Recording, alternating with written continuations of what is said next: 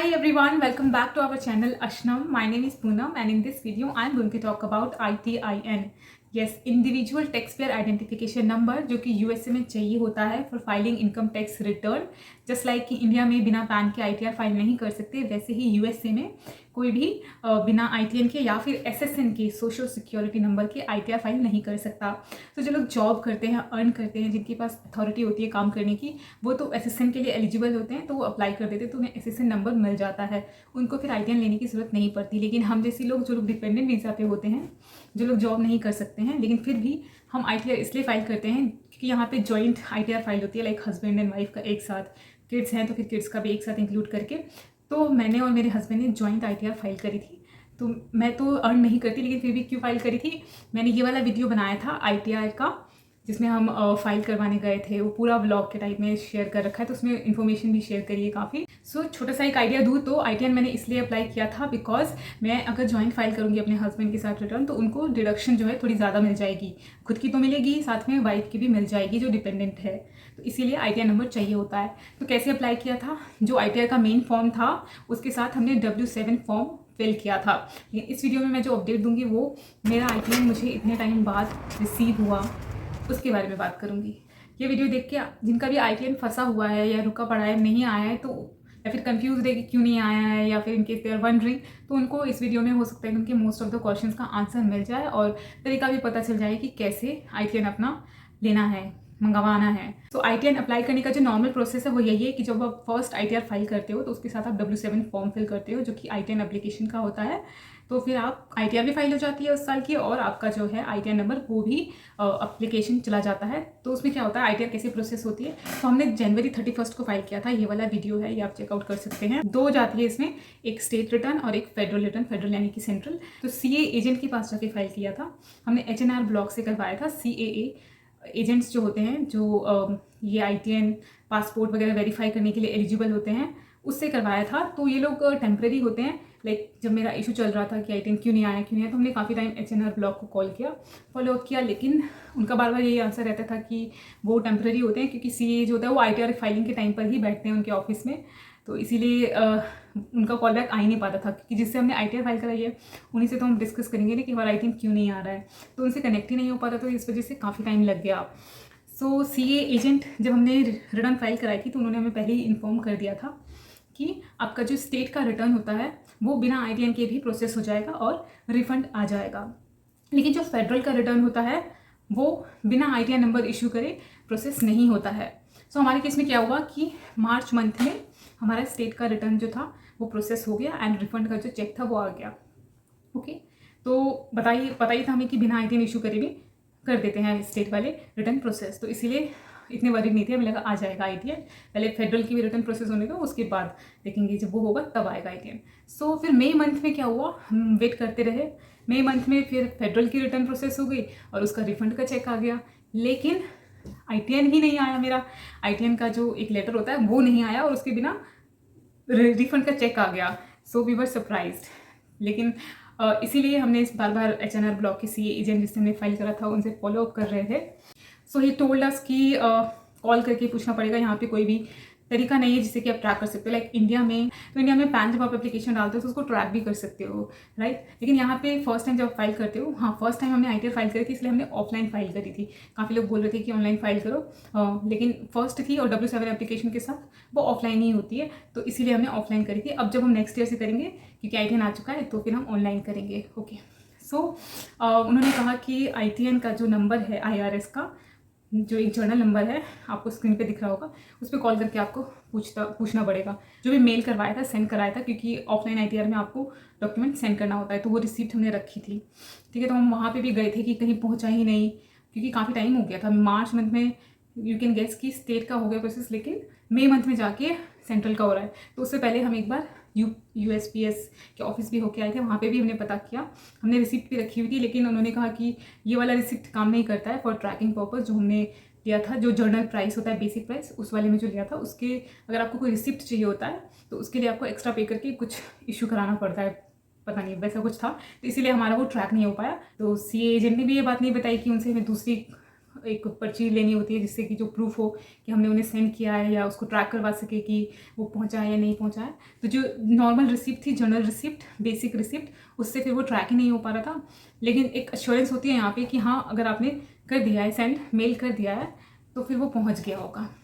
सो उसके बाद मई मंथ में हमारा वो प्रोसेस हो गया फेडरल का स्टेट रिटर्न विदाउट ITN, मतलब ITN हमें रिसीव नहीं हुआ। तो ये सारा ही चीज़ हम अपने CA एजेंट जिनसे हमने फाइल करा था उन्हें कम्युनिकेट करना चाहते थे, लेकिन क्योंकि डायरेक्ट यहाँ पे कॉन्टैक्ट नंबर नहीं मिलता है किसी का भी, ना डॉक्टर्स का, ना जिनसे आपने ITR फाइल करी है उनका, ऑफिस में जिससे भी आपका काम हो रहा है उसका डायरेक्ट नंबर नहीं मिलता है। तो हमें बार बार HNR ब्लॉक के ऑफिस कॉल करना पड़ता था, फिर कनेक्शन के लिए वेट करो, और उसमें कई बार डिस्कनेक्ट हो जाता था, कई बार वो कॉल बैक करने के लिए कहते थे कि वो कॉल बैक करेंगे या फिर हम कर लें।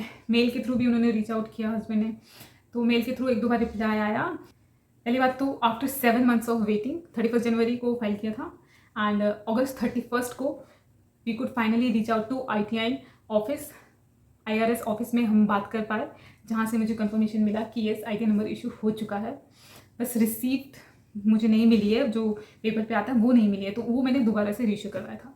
तो सितंबर में आफ्टर 2 weeks, मतलब 31 अगस्त 2023 को कॉल किया, पता किया कि हाँ हो गया, उनसे दोबारा से सेंड करने के लिए रिक्वेस्ट करी। तो after 2 weeks of waiting ITN आ गया। तो फिर 7 months से ज़्यादा टाइम लगा, as you can see in my case, because may be problem हमारे एंड से भी हो सकती है, बिकॉज हमने काफ़ी फॉलोअप नहीं किया। बिकॉज जो नंबर है ना, ये वाला ITN वाला नंबर, ये कनेक्ट ही नहीं होता, इसमें इतने सारे एक्सटेंशंस है। बाई चांस की बात कह लीजिए या फिर लक की, कि 2 बार कॉल किया, उससे पहले जितनी बार भी कॉल किया था नहीं हुआ था कनेक्ट, बात ही नहीं हो पा रही थी वहाँ किसी भी पर्सन से। इस वजह से फिर एक बोर्डम सा आ जाता है, तो हम भी फिर नहीं करते थे, भूल जाते थे।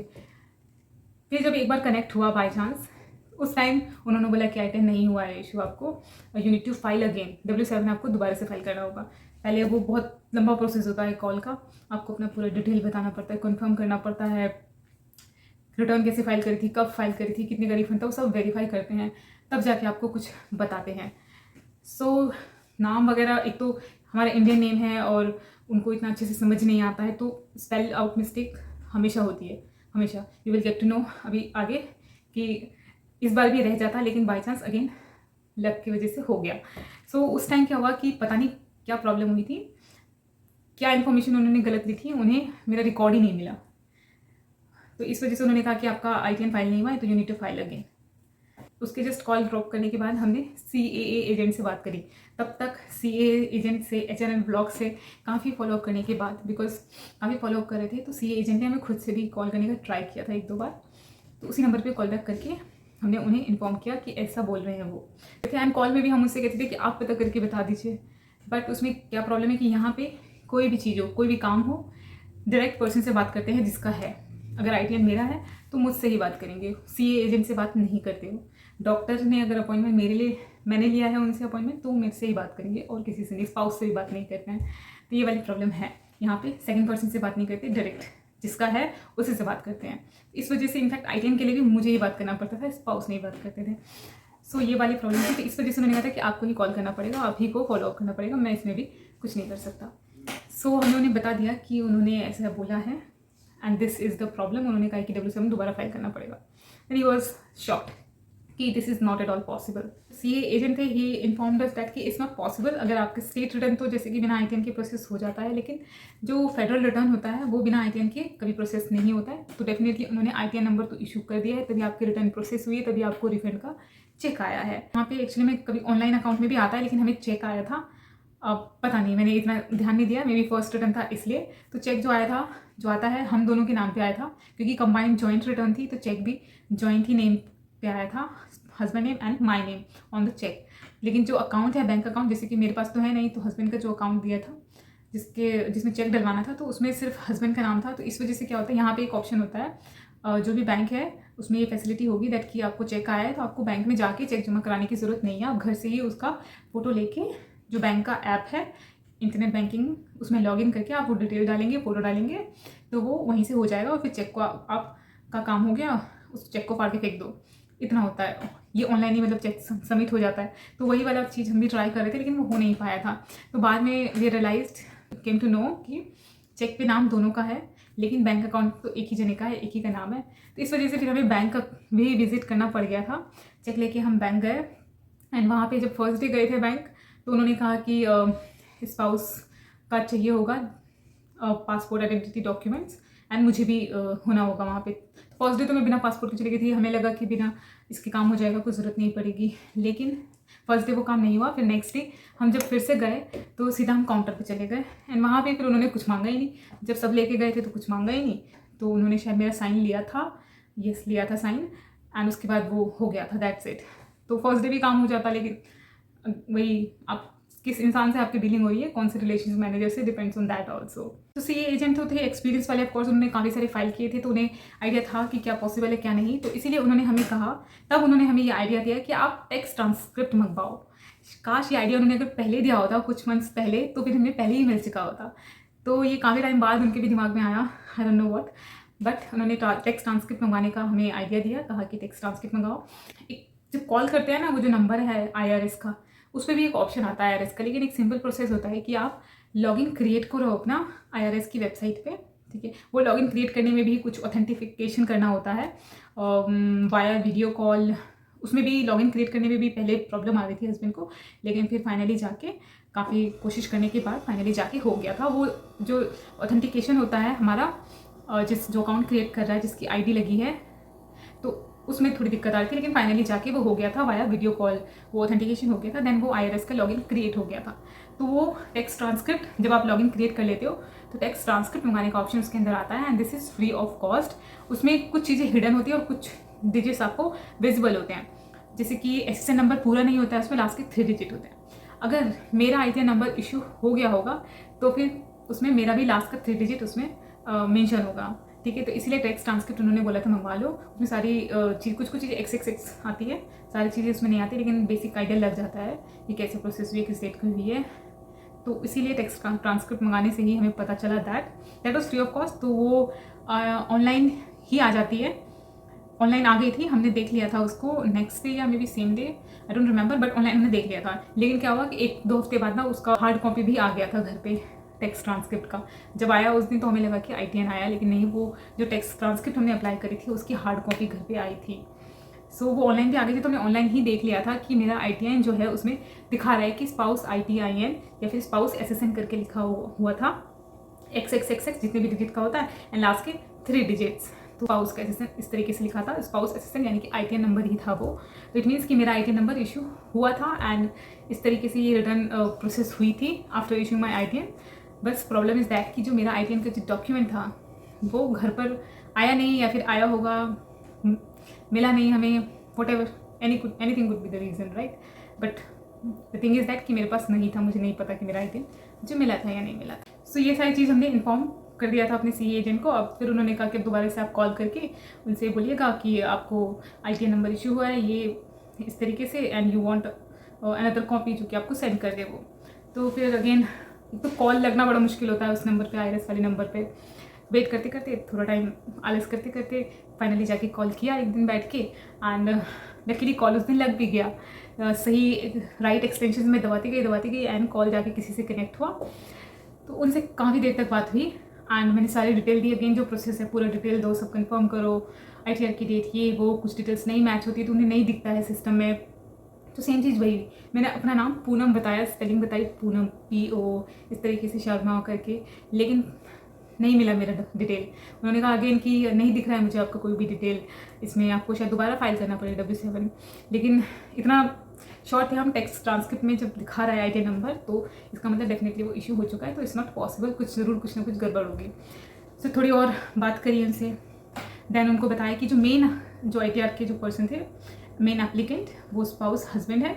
तो फिर उन्होंने हस्बैंड का डिटेल लिया, उससे चेक किया, ठीक है। तो हस्बैंड का डिटेल थैंक गॉड कि सही उन्होंने लिख लिया स्पेलिंग, बिकॉज एक इंडियन नेम लिखने में उनको कुछ ना कुछ गड़बड़ हो ही जाती है। इनफैक्ट कोई भी नाम में जब आप स्पेल आउट नाम सीधा बोलते हो फ़ोन पर तो वो कुछ ना कुछ हो जाता है, P की जगह B हो जाता है, यू नो। तो स्पाउस का डिटेल से उनको फाइनली वो मिल गया, दिखा उन्हें। तब उन्होंने बोला कि यू से it says Poonam POONM, and उन्होंने जो नोट डाउन किया था मेरा नाम और जिससे मेरा सर्च कर रही थी डिटेल, वो कर रही थी P की जगह B से, B फॉर बॉल वाला, पूनम से, इसलिए मेरा डिटेल ही नहीं मिल रहा था। सो स्पाउस के डिटेल से, हस्बैंड के डिटेल से वो सब मिल गया, and finally she could see my ITN number, and तब जाके उन्होंने फिर ITN नंबर कॉल पे ही नोट करवा दिया। एंड फिर मैंने जाके उनसे रिक्वेस्ट करी कि मुझे रिसीव नहीं हुआ है, तो I want a copy of this, जो कि मेरे घर पे एक बार फिर से भेज दी जाए। तो उन्होंने मुझे नोटिस नंबर दिया, ठीक है, कुछ डिजिट्स का नोटिस नंबर। तब पता नहीं लगा कि क्या नंबर दिया, मैंने तो सिर्फ नोट डाउन कर लिया था। उन्होंने कहा विद इन 5 to 8 days आ जाएगा, बट 2 weeks लगे थे, मोर देन 2 weeks लगे थे। एंड जो नंबर दिया था उन्होंने वो नोटिस नंबर था। लेटर पे जो ITN का एप्लीकेशन का लेटर है इशूड का, उस पर नोटिस नंबर है, नोटिस डेट लिखा है, तो वो था वो नंबर मेरी ट्रैकिंग के लिए या वट एवर। इनफैक्ट जब नहीं आया था ITN 2 हफ्ते बाद आया था, बिकॉज 2 हफ्ते 5 से ज़्यादा दिन हो चुके थे, 8 से ज़्यादा दिन हो चुके थे। तो फिर वही अगेन ईगरनेस होती है कि क्यों नहीं आया। तो मैंने कॉल किया था ना, उस टाइम कॉल कनेक्ट ही नहीं हुआ। आई ट्राइड 3 to 4 times बैठ के, लेकिन सही एक्सटेंशन नंबर उसमें आ ही नहीं रहा जिसमें कि किसी रिप्रेजेंटेटिव से बात हो सके। तो फिर इरिटेशन हो जाती है एंड देन फाइनली आप कॉल ड्रॉप कर देते हो। You don't think to call back करो, हिम्मत ही नहीं बचती, इतनी टाइम तक कॉल पकड़ के बैठना पड़ता है कनेक्ट करने के लिए, तो नहीं हो पाया था। लेकिन लकीली कुछ दिन बाद अपने आप ही आ गया। सो ये एक सिंपल सा पेज A4 साइज शीट में ही है, ऐसे ही SSN का होता है, लेकिन उसका पेज थोड़ा सा डिफरेंट होता है। तो यहाँ पे इसमें है कुछ नहीं, नोटिस नंबर है, नोटिस डेट है, इनकम नंबर और कॉल नंबर है, रेफरेंस नंबर है, case reference number, date of birth लिखा है, नाम है, एड्रेस है, एंड इस तरीके से लिखा है confirmation of individual tax payer identification number, your ITIN individual tax payer identification number is active, ये नंबर है एक्टिव, ठीक है। तो बाकी इसमें लिखा है नीचे बस your ITN and personal information डली है इसमें, बस बाकी कुछ इंस्ट्रक्शंस लिखे हैं, जिसमें कि एक इंस्ट्रक्शन ये लिखा है कि हमें अपना ITN नंबर को एक्टिव रखने के लिए 3 साल में with in a period of 3 year एक बार रिटर्न में यूज़ करना है ITN को, तब जाके वो एक्टिव रहेगा, अदरवाइज ये एक्सपायर हो जाएगा। एंड अगर एक्सपायर हो गया तो फिर से अप्लाई करो। जनरल इंस्ट्रक्शंस है एंड नथिंग एल्स, बस इतना ही है इसमें। तो सिंपल सा ये एक पेपर पे है, इसी को संभाल के रखना है। इसी के लिए हम इतने परेशान हो रहे थे इतने टाइम से, हमने इतना ज़्यादा वेट किया। As I said earlier, number तो हमें 31 अगस्त को जो लास्ट कन्वर्सेशन हुआ था हमारा IRS रिप्रेजेंटेटिव से, तभी मिल गया था कॉल पे, बट लेकिन एक डॉक्यूमेंट चाहिए था जिसकी कॉपी जहाँ जहाँ ज़रूरत होगी वहाँ दे सके, इसीलिए ये ज़रूरी था।